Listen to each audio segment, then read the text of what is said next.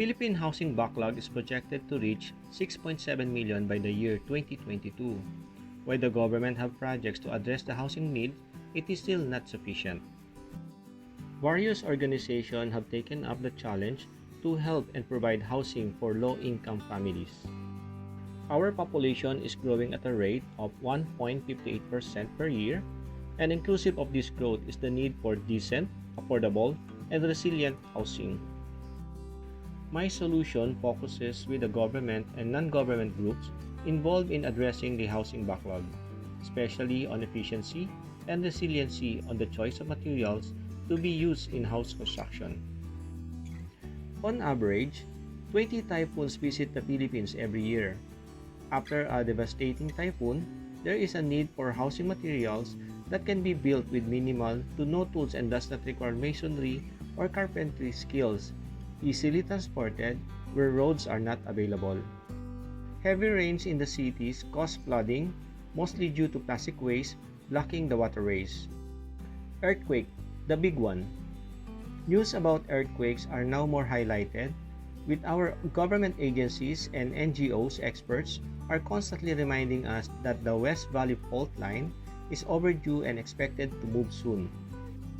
Using statistical data starting from 1918 up to 2013 for intensity 7 as major earthquake, this cycles to an average of 12 years. Reusability of damaged housing materials would be ideal as new housing materials may not be readily available after a big earthquake. The National Building Code requires vertical and horizontal steel reinforcement in the wall construction for additional support. The approved building design specifies the minimum strength of materials to be used.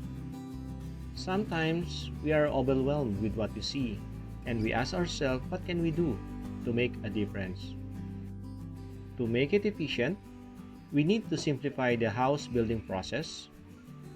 Drawings are easier to follow than written instructions. Dip and place, do it yourself.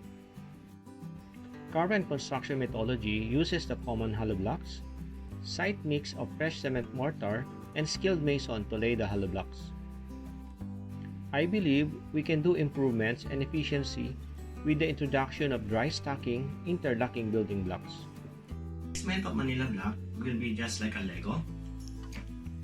So succeeding blocks, we just put it on top. The male and female construction joint will put it in place. So the next pieces will be just be like this, dropping it.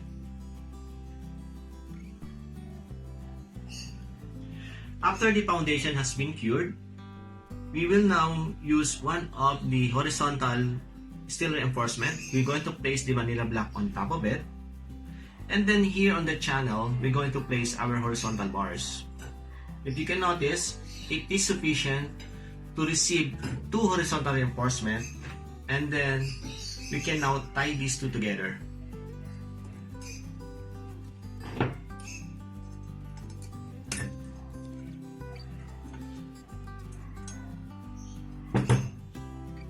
So after we have done with the steel reinforcement, the next block to be placed is similar in function as just placing it on top of it.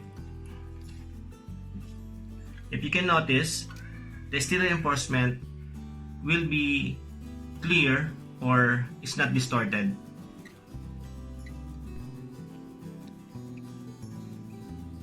This is the female construction joint. If you can notice, there are some writings at the bottom. So this is the area code, this is the factory name, this is the minimum PSI, and this is the year batch. Every Manila block will have this information. Not all house construction activities can be planned. Some are urgent. Use of light housing materials due to cost or land ownership, or prone to house fires. Natural calamities like volcanic eruption have also caused devastation and requires relocation of affected families. The use of Manila block will be similar like to playing a Lego. You just put them on top of each other.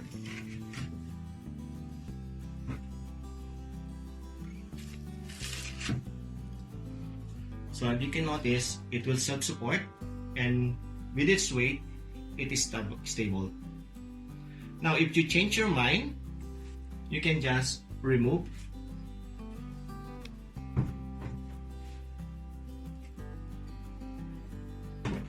and then reuse the blocks in other location. In house construction, we can increase the efficiency on time and less material waste. I believe we can help to address the housing backlog, while our builders will have the sense of fulfillment at the end of the day. If we use the improved wall construction method, volunteer one to lift and deliver interlocking blocks up to the working area. Place the block by stacking method, all done in one day. It is now possible to revive the bayanihan. The house you build today can be one day transferred to another location. Wooden or bamboo houses are somehow resilient if damaged during a storm, as some parts can be reused to rebuild the damaged house. The same can be applied with ManilaBlock. With its interlocking quality, damaged blocks can be removed and replaced, and damaged blocks can be reused again. Collected plastics from clean-up events can be used as raw materials in the manufacturing of ManilaBlock.